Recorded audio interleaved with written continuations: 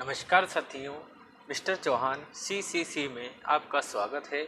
और आज का हमारा जो क्वेश्चन है वो 9th से लेकर 12th तक की सभी क्लासों के लिए जो एनसीईआरटी आपके हिंदी के जो सब्जेक्ट है उसके जो ग्रामर क्वेश्चन हम देख रहे थे उसका जो अगला क्वेश्चन है महाकाव्य और खंड काव्य में अंतर लिखिए। अगला क्वेश्चन क्या है हमारा, महाकाव्य और खंड काव्य में अंतर लिखिए। तो हम इसका आंसर देखते हैं। तो महाकाव्य और खंड काव्य में सबसे पहले आपको लिखना है महाकाव्य और खंड काव्य में अंतर। इसके बाद एक तरफ आप महाकाव्य लिखेंगे और एक तरफ आप खंड काव्य लिखेंगे, ठीक है। इसके बाद हम स्टार्ट करते हैं धीरे धीरे।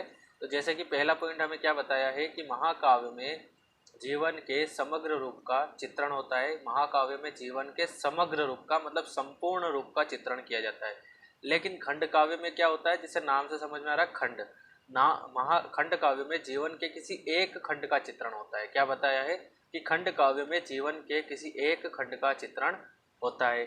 आगे हमको बताया है महाकाव्य में सर्गों की संख्या अधिक होती है। जस्ट इसका अपोजिट इसमें आपको लिख देना है, खंड काव्य में एक ही सर्ग होता है। कितना सर्ग होता है? एक ही सर्ग होता है, ठीक है।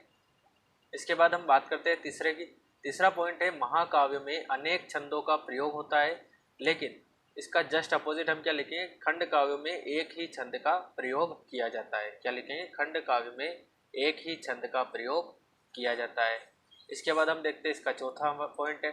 चौथा पॉइंट कहता है महाकाव्य में पात्रों की संख्या अधिक होती है, क्योंकि जीवन के संपूर्ण रूप का इसमें चित्रण किया जाता है, इसलिए इसमें पात्र भी ज़्यादा होते हैं। पात्र मतलब पार्टिसिपेंट जो इसमें हिस्सा लेते हैं। और खंड काव्य में पात्रों की संख्या क्या होती है? कम होती है। तो खंड काव्य में पात्रों की संख्या कम होती है। पांचवा पॉइंट हमारा क्या कहता है, महाकाव्य का कलेवर विशाल होता है और खंड काव्य का कलेवर लघु होता है। विशाल मतलब बड़ा होता है, लघु मतलब छोटा होता है, ठीक है। आगे हम उदाहरण देख लेते हैं रामचरितमानस। यहाँ पे तुलसीदास लिखा गया है। आप अगर दिख नहीं रहा है तो आप जो मैं बोल रहा हूँ लिख लेना। जो रामचरितमानस महाकाव्य है ये तुलसीदास जी ने लिखा है। और इस तरफ अगर पंचवटी देखें जो कि खंड काव्य है, ये मैथिली शरण गुप्त ने लिखी है, ठीक है।